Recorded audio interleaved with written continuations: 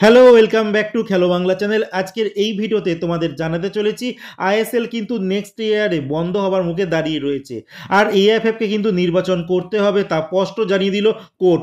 বিস্তারিত জানাবো এই ভিডিওতে। তাছাড়া থাকছে ইস্টবেঙ্গলের থাংবই সিংটো, তিনি সৌদি আরব গেছে সেখানকার দুইজন খেলোয়াড়ের সঙ্গে কথা বলার জন্য, সেই খবর জানাবো আজকের এই ভিডিওতে। আর কন্যাশ্রী কাপে ইস্টবেঙ্গল কিন্তু আজকে তাদের দ্বিতীয় ম্যাচ খেলতে নেমেছিল, সেই ম্যাচের কি রেজাল্ট হলো সেটারও আপডেট দেবো আজকের এই ভিডিওতে। থাকছে খেলার আরও আপডেটেড খবর। তার আগে প্রতিদিনের মতো বলবো, খেলার আপডেট খবর পাওয়ার জন্য আমাদের চ্যানেলটিকে সাবস্ক্রাইব করতে একদম ভুলো না। তো চলো শুরু করা যাক আজকের প্রথম খবর। আজকে প্রথম খবরটি বলবো, সাফ অনূর্ধ্ব-19 চ্যাম্পিয়নশিপ আছে এই মাস মানে মে মাসে, আর এই খেলাটা কিন্তু হবে ভারতের অরুণাচল প্রদেশে, যেখানে ভারতীয় স্কোয়াড কিন্তু ঘোষণা হয়ে গেছে, যেখানে ইস্টবেঙ্গল থেকে মাত্র একজন খেলোয়াড় কিন্তু চান্স পেয়েছে, যেই খেলোয়াড়টির নাম গুরনাথ সিং গ্যারোয়াল।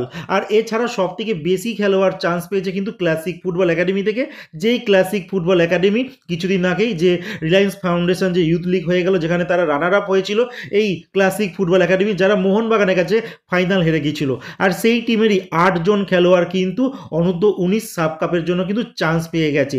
আর তাদের মধ্যে 6জন উল্লেখ্য, বিশেষ করে এরা কিন্তু অনূর্ধ্ব-17 যে সাব কাপ হয়েছে চ্যাম্পিয়ন হয়েছিল ভারতীয় টিম, সেই টিমের স্কোয়াডের খেলোয়াড় ছিল। আর এই তাদের মধ্যেই এবার 8জন খেলোয়াড়, মানে এই টিমের 8জন খেলোয়াড় কিন্তু আবারও কিন্তু জাতীয় দল স্কোয়াডে চান্স পেয়ে গেল। আশা করব ভারতীয় ন্যাশনাল টিম মানে অনূর্ধ্ব-19 টিম তারা সাব কাপে যেন ভালো কিছু পারফরমেন্স করে, আর যেন তারা চ্যাম্পিয়ন হয়ে ফিরতে পারে। এরপরের যে খবরটি বলবো, কন্যাশ্রী কাপের কথা। কন্যাশ্রী কাপে ইস্টবেঙ্গল দল আজকে তারা খেলতে নেমেছিল, আর তাদের ম্যাচ কিন্তু আজকে হাফ ডজনের থেকেও বেশি গোলে তারা জয়লাভ করে। লাস্ট ম্যাচটা কিন্তু ইস্টবেঙ্গল দল তারা হাফ ডজন গোলে জিতেছিল, আর আজকে তারা সেবায়নি SWO যে দল আছে তাদেরকে 9-0 গোলে কিন্তু হারিয়ে দিয়েছে, মানে হাফ ডজনেরও বেশি গোলে কিন্তু হারিয়ে দিয়েছে। ইস্টবেঙ্গলের মহিলা ফুটবল টিম যেটা করে দেখাতে পারছে, ইস্টবেঙ্গলের পুরুষ টিম কিন্তু সেটা একদমই করে দিতে পারছে না। দেখতেই পাচ্ছি টানা যারা ন্যাশনাল মানে IWL ভালো পারফরমেন্স করেছে, যেখানে একটানা জিতে আসছিল, হার তো সেখানে নেই। আবার ঠিক তেমনি যখন তারা কন্যাশ্রী কাপে খেলতে নেমেছে, সেখানেও কিন্তু দারুণ পারফরমেন্স করছে। দেখার বিষয় ইস্টবেঙ্গলের উপর ফোকাস থাকবে যে ওমেন্সদের চ্যাম্পিয়ন্স লিগ হয় AFC, সেখানে কেমন পারফরমেন্স করে ইস্টবেঙ্গল মহিলা দল। এরপরে যে খবরটি বলবো AIFF এর কথা।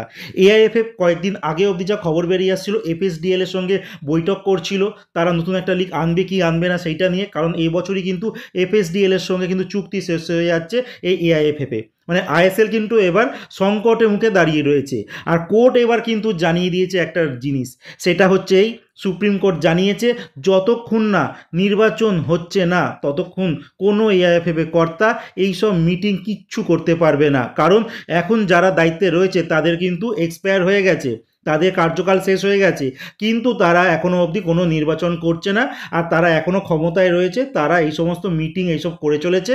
আর সেটার কথাই সুপ্রিম কোর্ট থেকে বলা হয়েছে যে নতুনভাবে নির্বাচন হবে, নির্বাচনে যিনি জিতে আসবেন তারাই একমাত্র সেই কমিটি, মানে যে টিম জিতবে যে কমিটি, সেই টিমই কিন্তু তারাই মানে বাকি যে FSDL এর সঙ্গে বৈঠক করতে পারবে, সমস্ত কাজ কিন্তু তারা ঘোষণা করতে পারবে। এছাড়া ফুটবলের যে পেন্ডিং রায়গুলো রয়েছে, যেরকম আনোয়ার আলীর কেস, এই যে আই লিগ চ্যাম্পিয়ন বিষয়, এইসবের তারাই কিন্তু রায় দিতে পারবে। আর এই যে পুরনো কমিটি যারা এখনও অবধি ক্ষমতায় রয়েছে, তাদের কার্যকাল কিন্তু আগেই শেষ হয়ে গেছে, তাদের কোনো রায় কিন্তু গ্রাহ্য করা হবে না, যেটা স্পষ্ট জানিয়ে দিয়েছে সুপ্রিম কোর্ট। আর এইটাই কিন্তু একটা বিপদ সংকেত দেখছে ভারতীয় ফুটবল, কারণ থার্ড পার্টি যদি, ফিফার নিয়মই আছে, থার্ড পার্টি যদি ইনক্লুড হয় এই ব্যাপারে, তাহলে কিন্তু আবারও ব্যান খাওয়ার একটা সম্মুখে কিন্তু দাঁড়িয়ে রয়েছে ভারতীয় ফুটবল ফেডারেশন। এবার দেখার বিষয় আবার কি ব্যান লাগে না আমরা কোন দিকে যাই। বুঝতেই পারছো কাদের হাতে ভারতীয় ফুটবল চলছে, তেমনভাবেই তারা চালাচ্ছে, অন্ধকারে নিয়ে যাচ্ছে ভারতীয় ফুটবলকে। এরপরের লাস্ট যে খবরটি বলবো, সেটা ইস্টবেঙ্গল দলের থাংবই সিংটো, তিনি সৌদি আরব গেছে, আর সৌদি আরবের যে লিগ চলে তাদের সেকেন্ড ডিভিশন, সেখানকার 2জন বিদেশি খেলোয়াড়ের সঙ্গে কথাবার্তা বলতে গেছে। 2জনই একটা হাই প্রোফাইল বিদেশি খেলোয়াড়। একজনের নাম তোমাদের বলি, যার নাম কাকা মেন্ডেস, যিনি সেখানকার সেকেন্ড ডিভিশন লিগ, যেটা মানে সৌদির ফার্স্ট ডিভিশন লিগ, যে ক্লাবটির নাম আল জাবারলিয়ান, এই ক্লাবে খেলে কাকা মেন্ডেস, যার সঙ্গে এই বছরই কিন্তু কন্ট্রাক্ট শেষ হয়ে যাচ্ছে, যার বর্তমান মার্কেট ভ্যালু 1.8 CR মানে কোটি টাকা। খুব অল্প মূল্য আছে। অ্যাটাকিং মিডিও পজিশনে খেলে এই খেলোয়াড়টি, 32 বছর বয়সটা একটু বেশি আছে, কারণ ইস্ট বেঙ্গল এইসব খেলোয়াড়ই আনে যাতে 30-এর উপরে বয়স হয়ে যায়। তো 32 বছর বয়সী ব্রাজিলিয়ান সিটিজেনশিপ রয়েছে এই খেলোয়াড়টির সঙ্গে কথাবার্তা চালাচ্ছে। তার সঙ্গে আরও একজন খেলোয়াড়ের সঙ্গে কথা বলছে, আইসল্যান্ডের সিটিজেনশিপ নেওয়া একজন খেলোয়াড়, 34 বছর বয়স। এই খেলোয়াড়টি জাতীয় দলের হয়েও খেলেছে।